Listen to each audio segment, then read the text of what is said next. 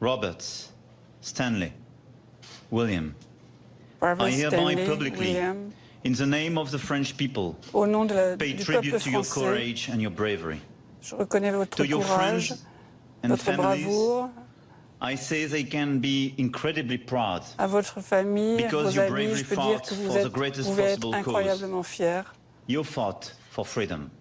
Vous avez combattu pour la Your liberté. heroism and that of your brothers in arms, to whom I pay tribute through you, Vous et has, vos today frères more than d'armes, ever, que je salue à travers allowed vous, our two countries to become the standard bearers of the highest ont permis ideals. de faire de nos pays The presence les of these porte-paroles young French des plus grandes valeurs. Among you is the finest of symbols. It is the finest of symbols because these young French and American people will in turn embody our shared ideals. Des jeunes Français et To this Américains new generation, ont offert leur I corps say pour solemnly, défendre nos valeurs communes. draw inspiration from these courageous veterans Ils and be reçoivent the proud l'inspiration de ces and courageux resolute vétérans spokespersons for these noblest ideals. pour ces idéaux les plus Thank you. nobles. Merci.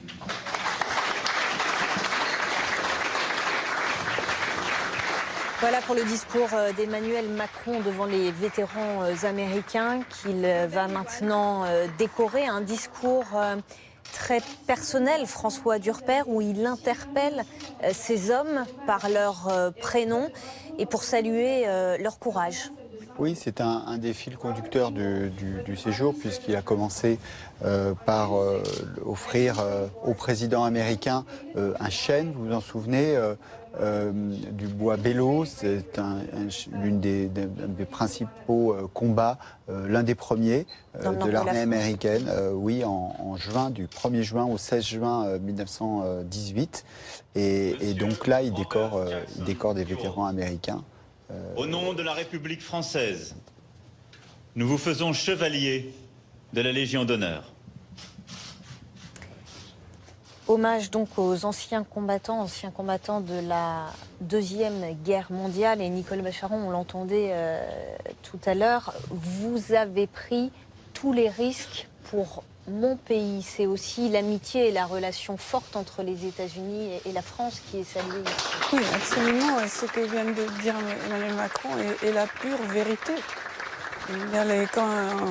Il y a de jeunes Américains qui n'avaient peut-être même à peine entendu parler de la France, qui avaient 18 ans. Donc, je suis à l'âge où je pense que 18 ans, c'est vraiment des gamins, et qui sont morts par vagues entières en arrivant sur ces plages du débarquement pour combattre le nazisme.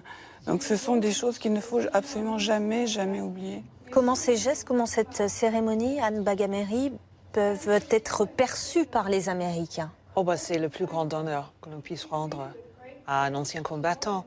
On estime qu'effectivement, il faut apprendre de ces hommes, de leur bravure, qu'ils ont combattu dans ce qu'on appelle chez moi la dernière juste guerre, c'est-à-dire la guerre qui était le plus idéaliste, et c'était la dernière fois qu'on s'est combattu pour des valeurs, en fait, au lieu purement des enjeux commerciaux.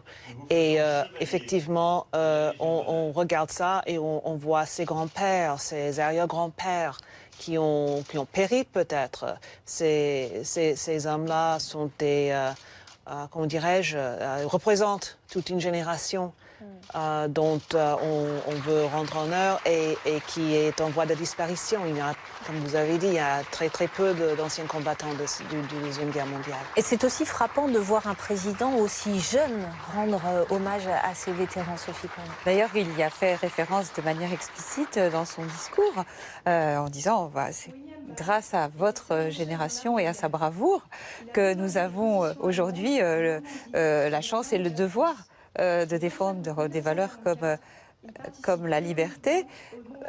Il y a quelque chose, j'allais dire un petit plus, c'est que Emmanuel Macron peut leur parler directement en anglais. Oui. Et je crois, je parle sous votre contrôle, mais je pense que c'est symboliquement très fort aussi. Absolument. De voir ce jeune président qui s'exprime directement en américain, en anglais, Donc il peut être compris en direct, il n'y a pas de...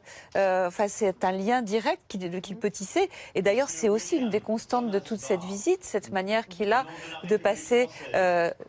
de manière automatique du français à l'anglais avec, me semble-t-il... Le seul précédent, c'est peut-être Giscard en 1976. Chirac avait fait quand même, vous vous souvenez, la fameuse interview qu'il avait fait, je crois que c'était avec Larry King sur CNN, où il s'exprimait en anglais, mais il n'y avait pas cette, comment dirais-je, cette fluidité qui, à mon avis, est tout à fait remarquable et qui tranche très, très fortement avec ses deux prédécesseurs qui, de ce point de vue, n'étaient pas de très bons élèves. Emmanuel Macron qui embrasse cet ancien combattant et qui souffle même quelques mots à l'oreille. Hein. On l'a vu, Anne Bagameri, et des mots en anglais. Ce que je trouve remarquable, c'est que quand il s'agit des anciens combattants, très souvent, ils n'ont pas envie de raconter ce qu'ils ont traversé pendant la guerre. Et c'est tout à fait compréhensible. C'était l'horreur de mener la guerre. Mais si vous voulez, ce qui est décevant, c'est qu'on perd les histoires, on perd l'histoire vivante qui repose dans ces hommes. Ils ne veulent pas parler de ce qu'ils ont traversé. Dans une cérémonie comme ça, on peut au moins imaginer